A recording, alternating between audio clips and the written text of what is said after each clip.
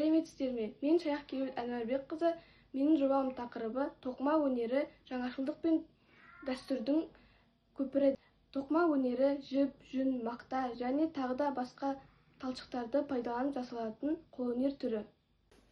Бүгін мен анам Қалдыбике Бақытқызынан сұхбат алмақшымын және оның тәжірибе алмасқым келеді. Анашым, тоқыма өнеріне қалай келдіңіз? Алғашқы қадамыңыз қалай басталды? Мен тоқымамен бала күнімнен айналысамын. Бұл өнер менің анамның ақ сүтімен дарыған. Мен оқушы кезімнен бастап осы инемен тоқу. Анам маған дейтін мынандай инелермен 5 ине, 2 ине дегендермен тоқуды үйретті. Содан өзім қызығушылығым артып, мынандай бір инелермен тоқуды ғаламтордан, YouTube арнасынан осыны ізденіп жүріп, осы бір инемен тоқуды үйрендім. Содан жалғастырып, өнерім арта келіп, мынандай іс машинамен тоқуды ары қарай жалғастырып, осы іс машинамен тоқуды үйрендім. Өнермен айналысқанда қиыншылықтар туды ма?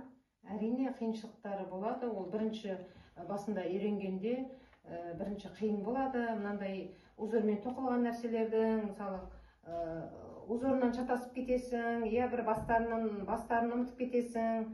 Сондай қиыншылықтар болады әрине басында. Сол қиыншылықта, сол қателіктерді түзеп, соны қайта-қайта тарқатып, әдемі шығу үшін, сол әдемі дүние шығару үшін қайта-қайта сол қателіктерімізді түзеп, қайтадан тоқып шығамыз. Мен енді мына өзімнің тоқымаларымды таныстырып өтейін. Мен мысалы мына жемпірімді қызыма тоққанмын. Бұны мен мына машинкіде тоқығанмын. Жемпірді машинкіде тоқыдым. Сосын мына нелерді бір инемен тоқыдым. Мынандай қыздардың көйлектері, мынанда бір инемен тоқыдым. Бұл қолмен тоққандар. Мынау машинкімен тоққан. Мыналарды да инемен тоқыдым. Мынау бір инемен тоқылған. Мынау кәдімгі тоғы бар инемен тоқылған. Мынаны да өзім қолымнан тоқыдым. Бұл да крючокпен тоқылған бір инемен. Мынау соның бас киімі. Сосын мынандай бір инемен мынандай әсемдікке, тойға, жаңағыдай орамал таққан қыздар киюге де болады. Бұны мынандай моншақтармен, осындай моншақ, хрусталик моншақтармен әсемдеймін мынандаймен. Сосын мынандай бас киім. Бұл дейтін биылғы тренд болды. Ушанка деп айтылады. Бұны бұл баяғыша бөрік қой. Бұлай өстіпте киюге болады, мұны. Өстіпте киюге болады. Сосын бұлайда жағын түсіріп киюге болады.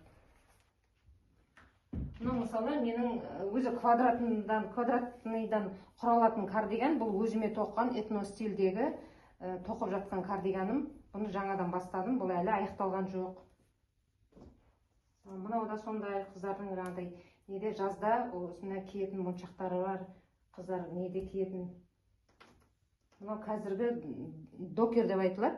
Қазіргі стильмен мынандай этностильде екеуін біріктіріп жасаған дүние. Докер деп айтылады бұл. Алған жіптерді ысырап қылмай, осындайдан да мынандай дүние құрап шығардым. Мысалы, мынау дейтін ет табақтың астына қоюға болады. Мынау шайнектің астына қоятын, ал мынау құманның астына қоятын. Бұлар прихватка деп айтылады.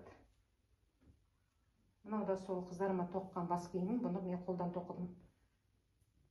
Мынау жүнәски. Бұны мен мына машинкіде тоқыдым. Енді біраз нәрселерді тоқыдым. Көбісі заказға тоқылған нәрселер. Мынандай сведейлер. Қолмен тоққан. Мынау өзімнің кішкентай балама тоққан нелерім. Мыналар мысалы косинка деп айтылады. Моншақтарымен. Мынандайлар бас киімдер әсемдермен. Моншақтарымен бұлар да сол. Енді өнер дегенде бәрі кіреді ғой ішіне. Бұл да мынандай осындай нелерден қолдан жасалған гүлдерім.